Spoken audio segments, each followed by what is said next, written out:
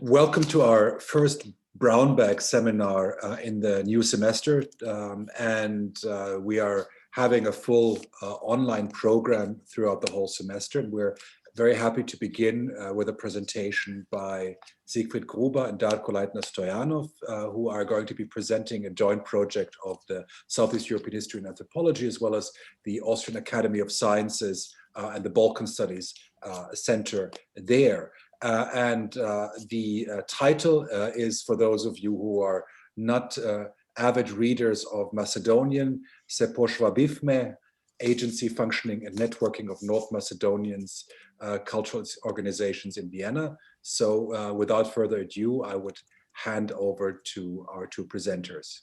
Please, the floor is yours.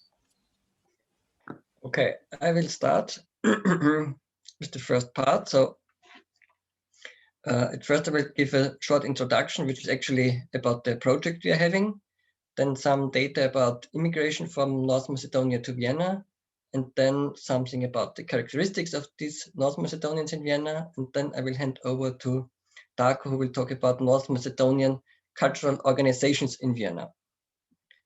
So what we are talking about, it's the first outcomes of a research project at the Austrian Academy of Sciences, the Institute of Habsburg and Balkan Studies, a research project funded by the city of Vienna with a length of about 1 year. And we are now in the midst of the project, so it's good to present some results and maybe get some feedback. So the project team is made up of Robert Pichler, Darko Leitner-Stojanov, and me, Siegfried Gruber. And here's also the link to the project homepage. So within the project, we have a combination of different methods. On the one hand, we have some statistical and demographic analysis of North Macedonians in Vienna and the members of the organizations. And then there's field research like interviews and so on, and archival research about these organizations. So some clarification at the first. So from the Austrian statistics, we can have information about country of birth, citizenship, and country of immigration or emigration. But there's no information about nationality, mother tongue, or religion.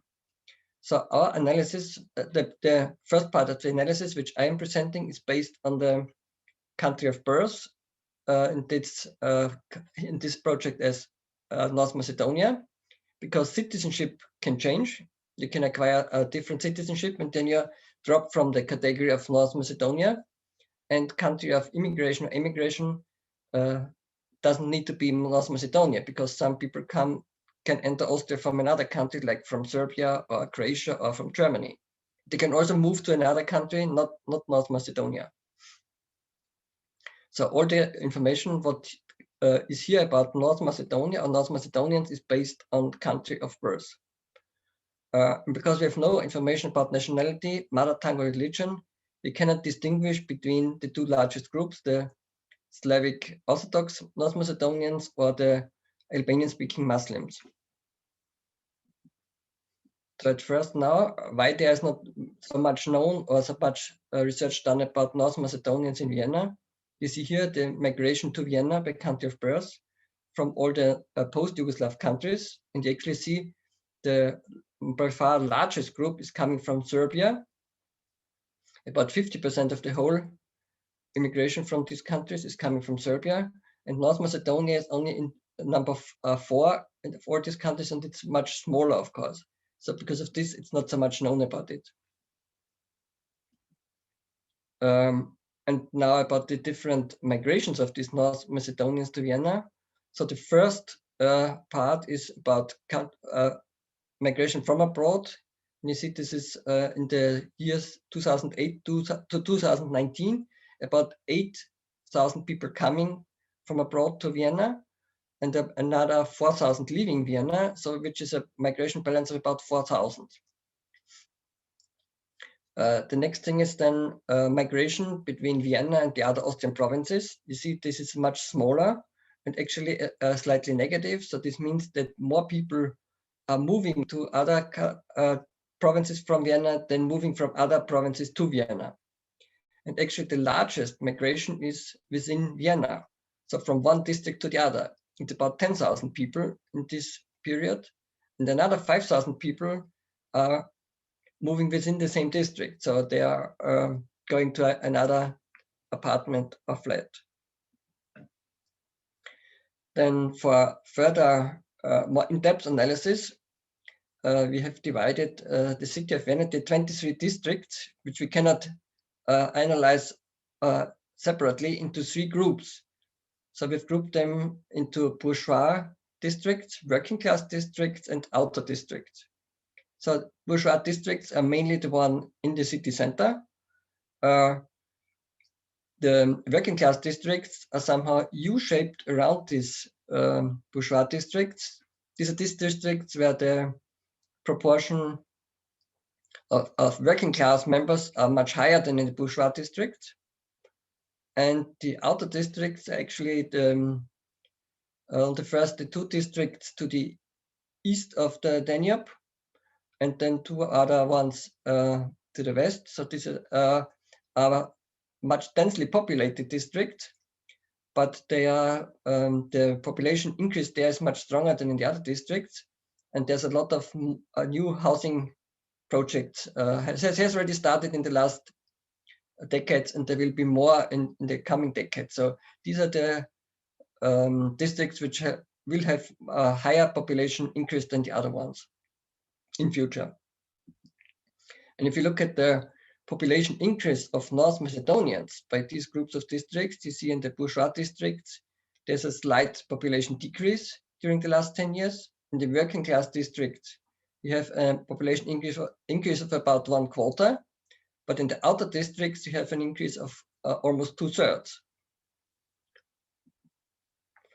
And if you go for the migration components of these working class districts and outer districts, you also see a clear difference. In working class districts, you have the most important migration is foreign migrations are coming from abroad to Vienna, and there's some negative migration balance with, on the one hand, the other Austrian provinces, and within Vienna. So some people from these working class districts are moving to other districts. If you look at the outer districts, you see there's about 50% of the population increase there in these North Macedonians is actually people moving from other districts to these outer districts, which is mainly from the working class districts. If you look at the age group of the migration balance of North Macedonians, you see that about 50% of them are coming from the age group 15 to 29 years. So it's actually mostly young working age population who are coming to Vienna. And actually, if you look at the oldest age groups, it's even slightly negative. So some of the elderly are moving back to North Macedonia. If you look here at the city map of Vienna of the 23 districts, here you see the number of North Macedonians per district in the beginning of the year 2020, and the, in absolute numbers. And you see the largest number is this big square in the south. This is the district of Favoriten, which is also the most populous district of all Viennese districts. And you see much smaller dots in the city center. In the next map, you see the percentage of these North Macedonians among all the inhabitants of the district. And you see the blue ones, where you have the dark blue ones more than 1%. So overall, within Vienna, it's less than 1% which have the birthplace North Macedonia. In some of these working class districts, it's even more than 1%, but not much more than 1%. And you see in the working class district, the percentage is much higher, followed by the outer districts, and it's lowest in the bourgeois districts. If you then look at the age structure compared by people born in North Macedonia to people born in Austria, you see that the people born in North Macedonia are overrepresented in the working age population, while the people born in Austria, they have higher proportions among those not working yet. which is also partly an effect of statistics, because people moving to Vienna from North Macedonia and having children in Vienna, they are then born in Austria. So they are in the statistics not among North Macedonia, but Austria. And also in the retired population, the proportion among Austrians is higher, which also has an effect of immigration, because those who came to Austria, most of them are not yet in this age group because they are still younger. There's also a difference in household structures. The most important group among North Macedonians is couple with children, while among Austrians, the by far largest group is one-person household. So in Vienna, about every second household of Austrian-born people is made up of only one person. If you look at education of the population 25 to 64 years, you see again that people from North Macedonia have a low, on average, a lower educational level. So about half of men and even more among women have only primary education. Vocational education is very similar by people born in North Macedonia and Austria, but there's actually, but what there's much larger among Austrian-born population is the people with tertiary education. And if you look at the three groups of districts among these North Macedonians, you see actually there's not much difference in educational level. Even in the bourgeois districts, 40% of them have only primary education. But the proportion having tertiary education is actually much larger there. Then going to occupational status, you see again, North Macedonians have lower occupational status. So among North Macedonian men, about 3/4 are blue-collar workers, while among Austrian men, it's 1/4.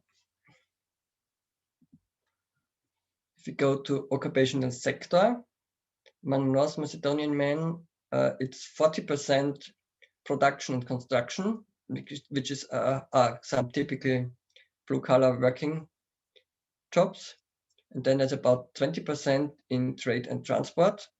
This is very similar among men and women, while women, there are almost nobody in production and construction. So trade and transport means mainly for men being like a bus driver or a truck driver, or among women working in shops. And now, summing it up, North Macedonians, to their similarity to other post-Yugoslav countries. So if you compare household structures, they are most similar to people from Kosovo. In education, they are most similar to people from Serbia. In employment status, they are most similar to people from Kosovo. In occupational status, Serbia and Kosovo. Occupational sector, Bosnia-Herzegovina. Segregation, Serbia. And distribution within Vienna, Kosovo. So it's mainly Serbia and Kosovo, where they are most similar to. And this is also explains the marriage patterns, because if people from North Macedonia do not marry somebody from North Macedonia, it's most often somebody from Kosovo or Serbia. So then I will hand over to Darko now.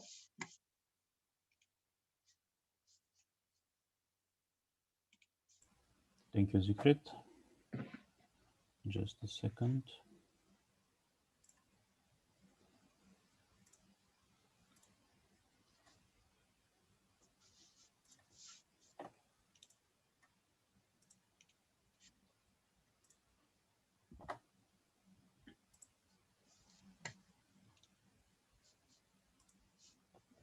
Okay. So I will continue now with our second branch of research, which is field research.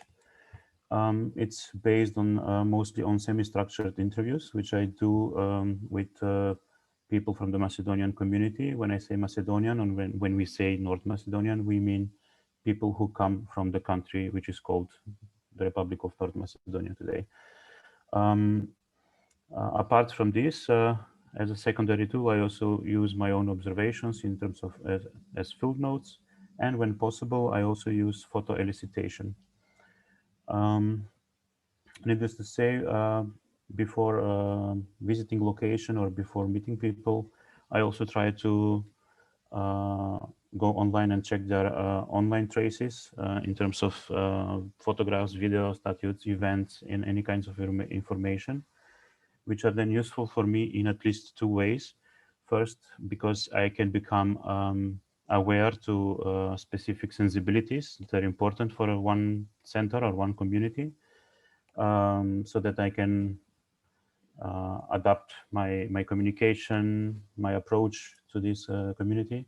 And then it's also important so that I can make better questions, I can change questions, I can add new questions, etc. So a little bit about my target groups as interviewees. I try as much as I can in the field research to have a variety of profiles in terms of ethnicity, religion, gender, age, or profession. Although I must say that this is not always easy to achieve, because just the structure of these organizations can be different, and also sometimes it depends on just X reasons. My primary targets as interviewees are leaders and members of organizations, because they can provide me most detailed information about the structure of the organization, their activities, their programs, their communication, or their initiativeness, and how they built those organizations. Then as secondary targets among my interviewees, I also talk to members of alternative platforms, which means people who come from Macedonia, but for some reason they don't feel like joining an organization, but they do organize in different ways, mostly online. Or in very rare cases, I do talk to people who just seem to be exceptional cases. So either if you find a member of parliament of Macedonian origin or a banker of Macedonian origin, just to give me another perspective, or just to enrich the experience of studying this community. So far, all of the interviews are audio recorded, and they last from 30 minutes to 2 hours, depending on the willingness of the interviewee to speak. And the languages are so far in Macedonian, although we are ready as a team to also have interviews in conversations in Albanian and German. This is just a list of just some of the names of organizations here in Vienna, so not at all extensive list. So you can just check some of the names and how they define themselves. And this is important, I think, because it leads to a very important basic question in this research, and that's what makes an organization in Vienna a North Macedonian or Macedonian organization? When can one speak for such cases? If you see the list again, you can notice that maybe some of them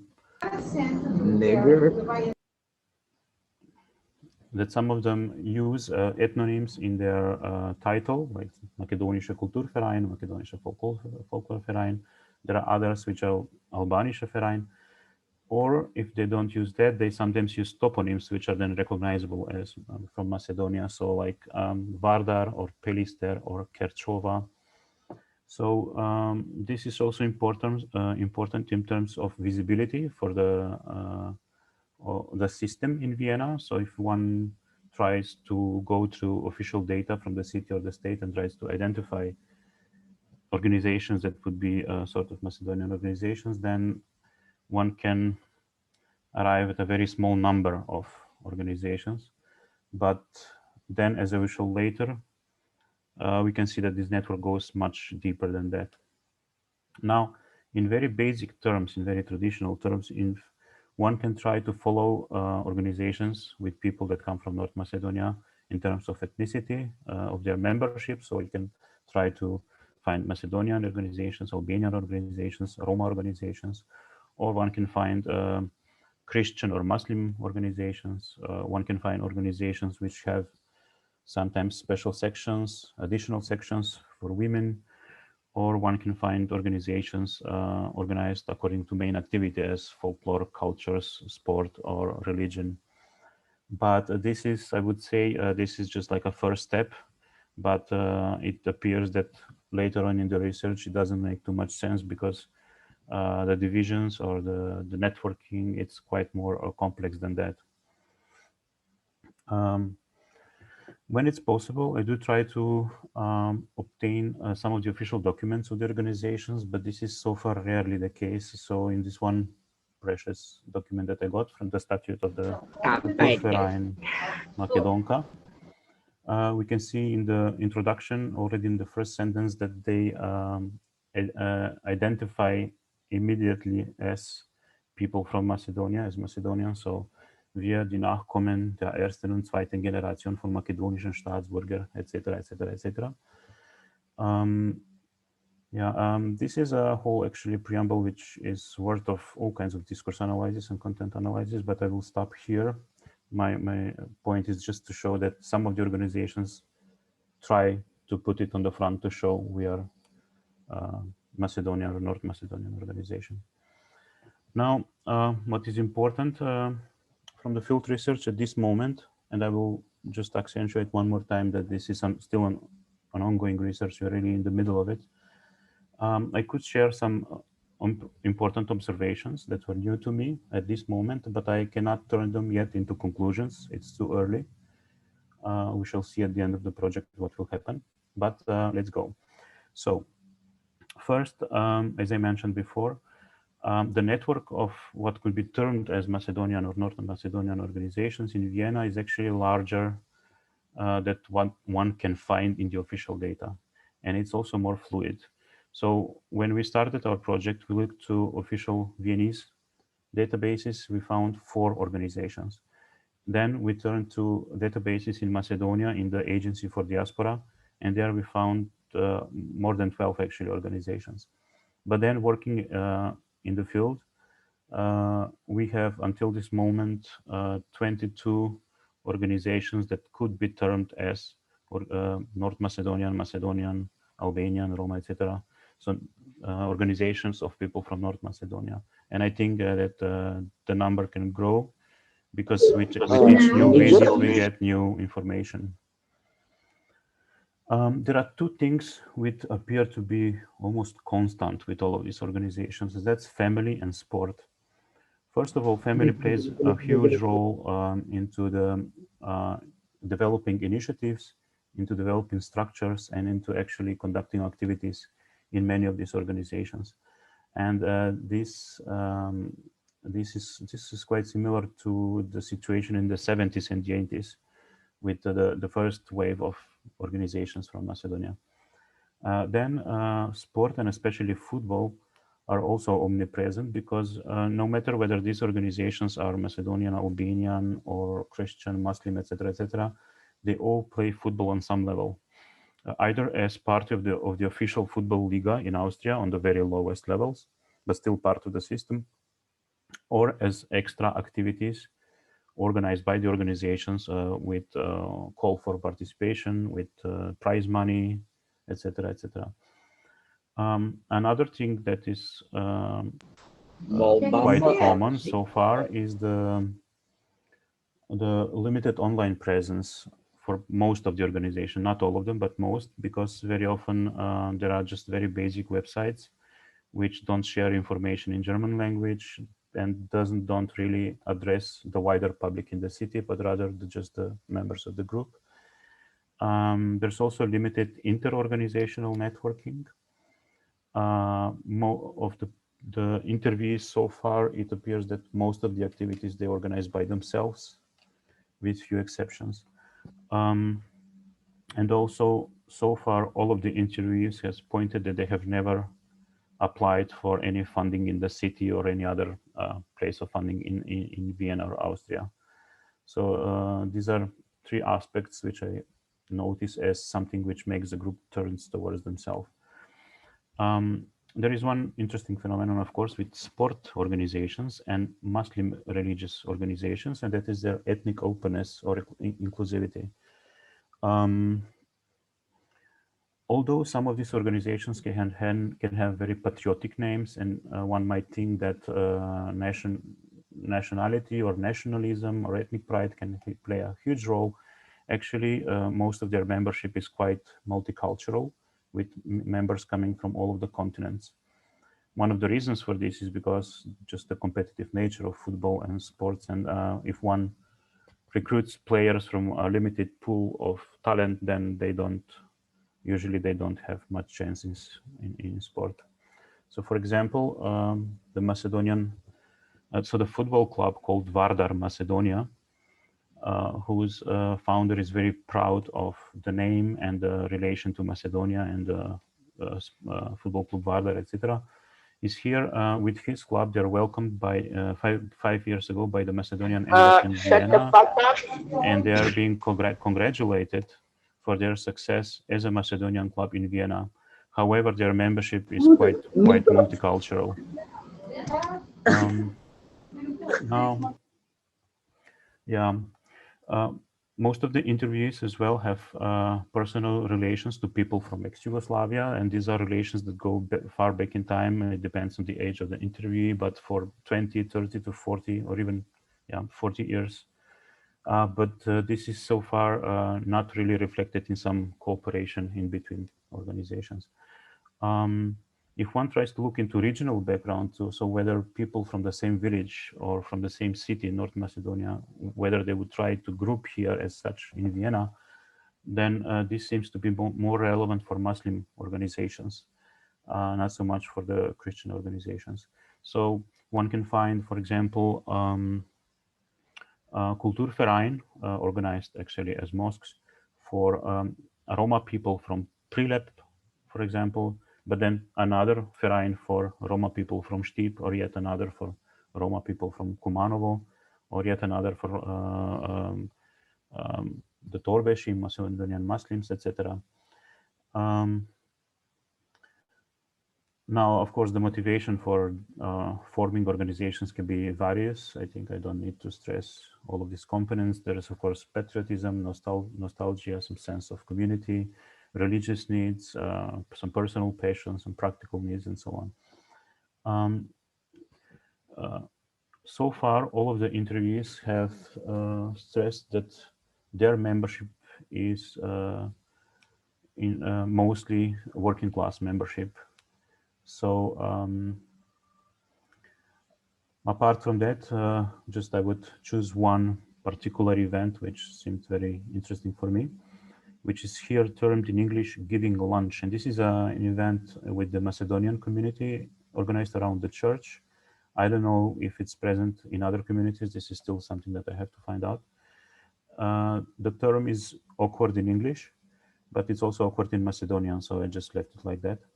It means that usually one family from the community could offer a feast or lunch for 100, 200, 300 people, which then translates as social capital, as augmentation of the reputation of this family and improving their chances for networking in the community. Or as a second point, such an event can be used for raising money for all kinds of needs, whether here in Austria or in Macedonia as charity, or collecting money for church or whatever else. And finally, another theme that I try to get into, but it's not very easy, and that's just to understand the transnational aspect of the organizations and to see what are their connections with the country of origin. What is clear so far is that some organizations, for example, the Macedonian Kulturverein, now Mohridski, is quite clearly a branch, functions as a branch of the Macedonian Orthodox Church from Macedonia. And also there are several organizations which in past years have received visits by high-profile politicians from the country. But what exactly does it mean? What's the nature? What's the extent of these connections and visits? It's not always clear through our conversations. I don't know whether, for example, for the Muslim religious organizations here in Vienna, I'm not sure whether they have the same connection with the Islamic community in Macedonia, because from what I could have noticed in the last years, there was a debate in Austria, a public debate whether imams should be educated and come from other countries, or whether they should be actually educated and come from Austria. So, but these are still questions that I need to address in the very near future. So our next phase is, apart from conducting some more interviews, of course, is to analyze our audio recordings. And then our main objective, so basically the main objective of this project, is to try to combine our two research branches. So demographics and statistics from one side with field research and ethnography on the other side, and try to make sense of it all and reach joint conclusions. What we have planned as research output is a chapter in a forthcoming book at the University of Vienna next year, which we already established contact, and we hope very much that we can achieve it. And a second one is hopefully a peer-reviewed paper in an international journal. Yeah. I would just say as a last word that this is a topic that is really not covered in research so far, unlike other communities from ex-Yugoslavia, for example. And it's quite a new ground, so it makes it that much more interesting for us. Thank you for your attention. Thank you very much, Darko and Siegfried, for this presentation. I have just to let you know that there has been somebody who's been kind of trying to bomb our chat, so please ignore the offensive messages there. I've removed that person, but the chat is open, and I will remove anybody who would put any offensive messages. And but I open it for questions now. You can either write in the chat, or you can ask your question in person by raising your hand. So I just want to see if anybody would like to have a start with the first round of questions. Anybody there who would? I mean, I guess if I'm, while waiting for everybody to work up their courage to ask the questions, in a certain way, I mean, maybe you can, I mean, I know this is in the middle of the research, but how do you, can you put it in a larger context of in a certain way, what do you expect, you know, the context of the North Macedonia, the Macedonians, I mean, Albanians and Macedonians, and in the larger context of other communities? I mean, I know you said you're still going to look at that, but like, what is your expectation of how this fits into the larger narrative of post-Yugoslav migration to Vienna, to Austria, and of course more broadly? Yeah, so if I may,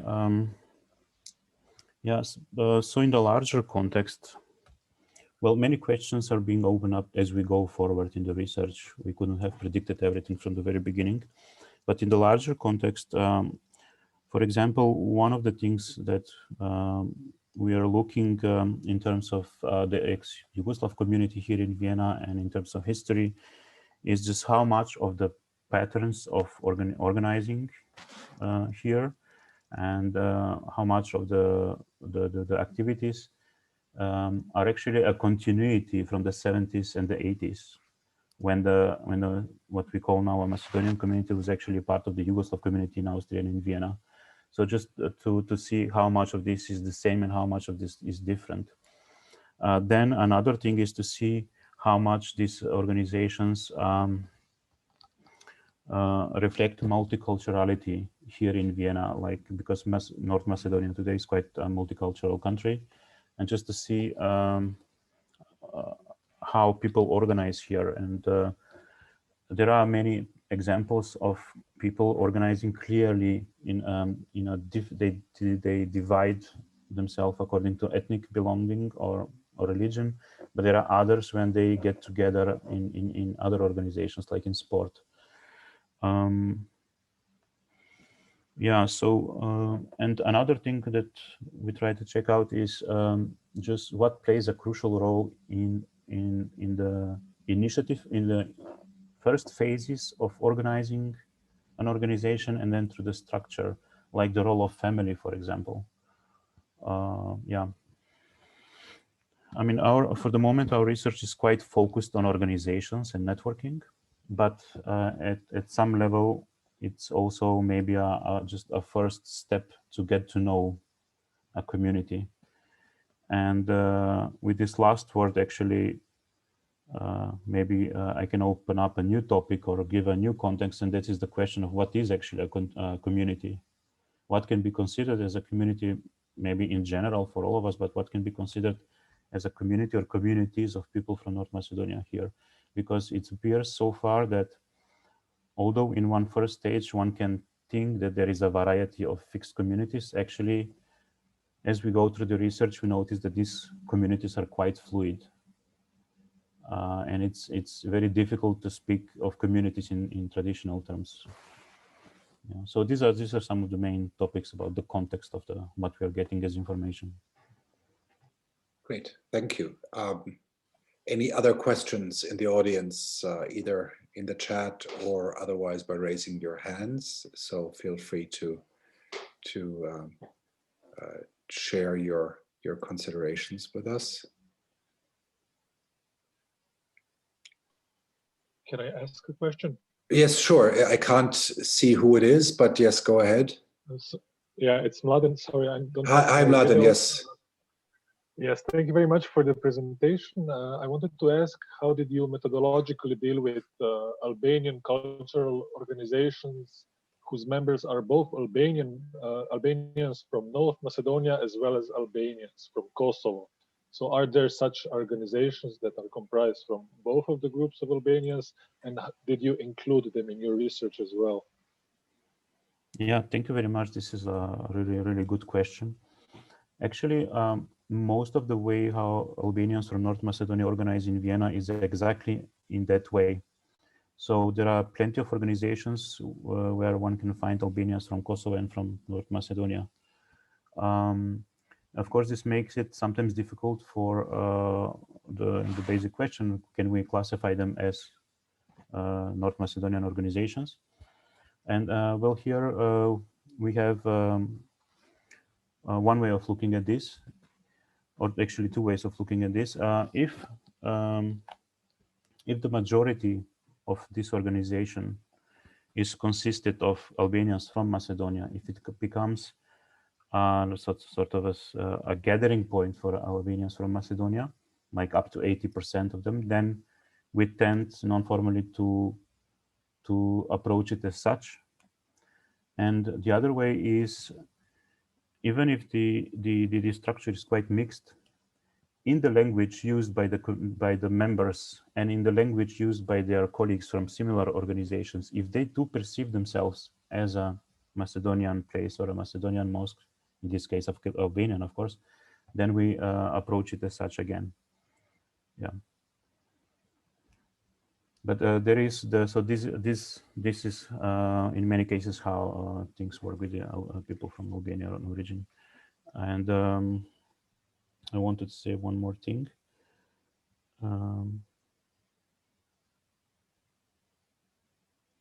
Yeah, and never mind. But this is the rule. Your question actually relates to that. Thank you. And I guess, I mean, connected to that would be my question. I mean, how much do you discover the Yugosphere? I mean, if there's of course, there's an Albanian community, which is, obviously likely to be connected across borders, but how much do you actually see the Macedonians? I mean, you mentioned, of course, in the Yugoslav, the history, but like, because in Vienna, I think there is also, an active kind of transnational Yugoslav community, which is, I think, probably centered mostly on language, on shared Serbian, Bosnian, Croatian.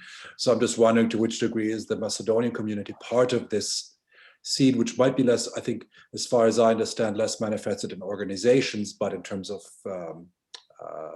social places. I mean, of course, that's hard to research at the moment, but cafes, restaurants, but also there's some media which are specifically targeting the larger kind of post-Yugoslav community. So to which degree are the Macedonians outsiders to this, or are they also part of this kind of ex-Yugo, quote unquote, community? Yeah, I mean, like on an individual level, all of the people that I had the chance to talk to had many friends from ex-Yugoslav republics.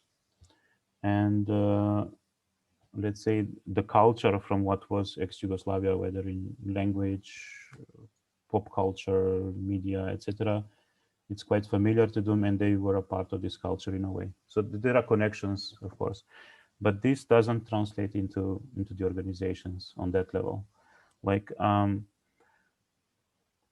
probably if one wants to find this spirit of ex-Yugoslavia sort of still alive in a place, in an organization, one should go to a football club. For example, in the 70s and in the 80s, in the first wave of these organizations, which were then back then Yugoslav organizations, the ties were, of course, very strong. They were also related to all of these organizations back then were they had joint activities, whether in sport or culture. They had shared the same rhetoric. They also had very strong cooperation with the Yugoslav state and the Yugoslav embassy. And that spirit and that cooperation continued. So when everything fell apart with the wars, this spirit continued in the 90s here in Vienna in the football clubs. As if nothing happened back in Yugoslavia, people from these clubs continued to play in the so-called Jugoliga.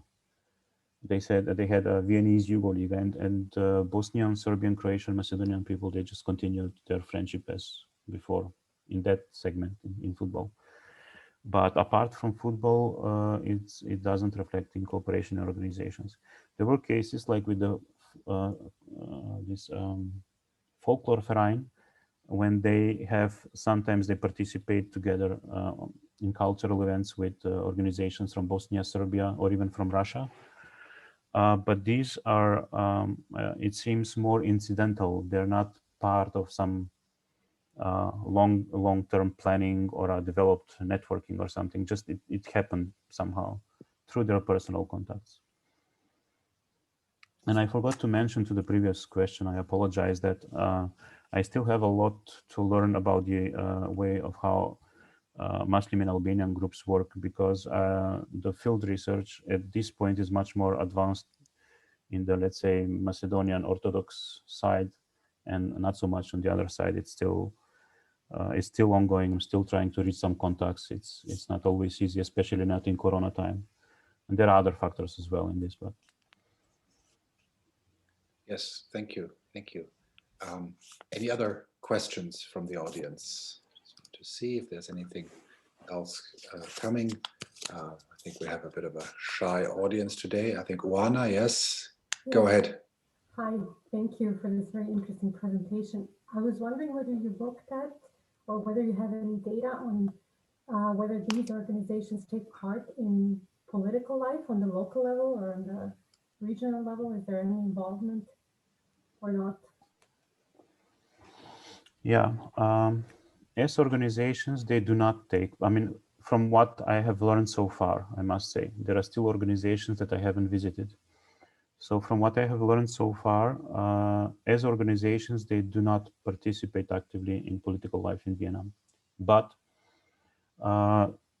several of these organizations have been visited by Austrian politicians, by Viennese politicians, from all of the major political parties in given time period. But during interviews and during conversations with members of organizations, usually this topic doesn't advance too much, because they usually tend to accentuate that they are honored, that they have been visited. It's for them, it's a sort of that as they're being visible, as they're being recognized as such in Vienna. So there's an aspect to these visits that they like.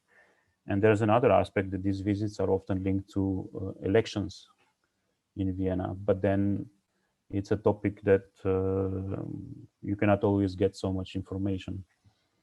So that remains unclear. At least one of my interviewees from a Roma organization, he was active with one of the political parties in Vienna for several years.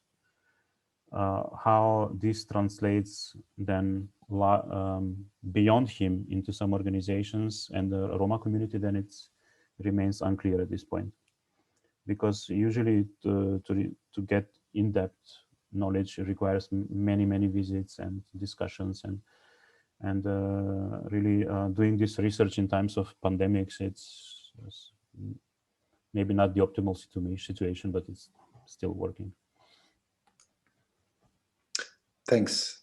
And I think maybe as a last question, unless anybody else has a question, of course, I think you have to reveal your title to the audience. I have to ask you, pошвабивме, well, we talked about it. And those of us who speak the languages might have a hint, but maybe you could tell us a little bit more about this title of this presentation. Yeah, so the first part of the title, so se пошвабивме, or loosely translated as "we Germanized," is a sentence that I heard during my conversations with the Macedonian Orthodox community by one of their leaders. I would just say a few words of what actually does it mean, this word, for the people that maybe are not familiar. This word is very common in ex-Yugoslav space, and it has been for maybe 100 years or more. The term schwaba, in a very non-standardized language, refers to any person which speaks German, and sometimes even beyond that. So it's a question of perception. It can have negative meaning, it can have positive meaning, depending on the context. In this context, my interviewee felt, it was his own perception, that his life and the life of the people around him in the organization has changed since they live in Vienna, and that they have sort of, there was sort of a process of acculturation, that they have changed their ways of communication, their habits, and how they meet each other. So for me, it was very interesting to focus on it, because it tells me something about this whole huge issue of integration. What is integration? Who is integrated? How people perceive themselves? How are they perceived by others? Because, for example, one could develop a debate whether people from these organizations are integrated in Viennese life. What does that mean? For some people, it might appear that they are very actually in a sort of a self-isolation, like a ghettoization, that they impose on themselves, but others would say something different. And for example, this person felt that they actually, from his point of view, they changed quite a lot, that they are actually going away from their old cultural habits and acquiring new ones. So there is no conclusion there, but it's just opening new questions through the research, and quite interesting for me. Great. Thank you very much, Darko, and Siegfried as well, for your presentation. And I think we can conclude with this here.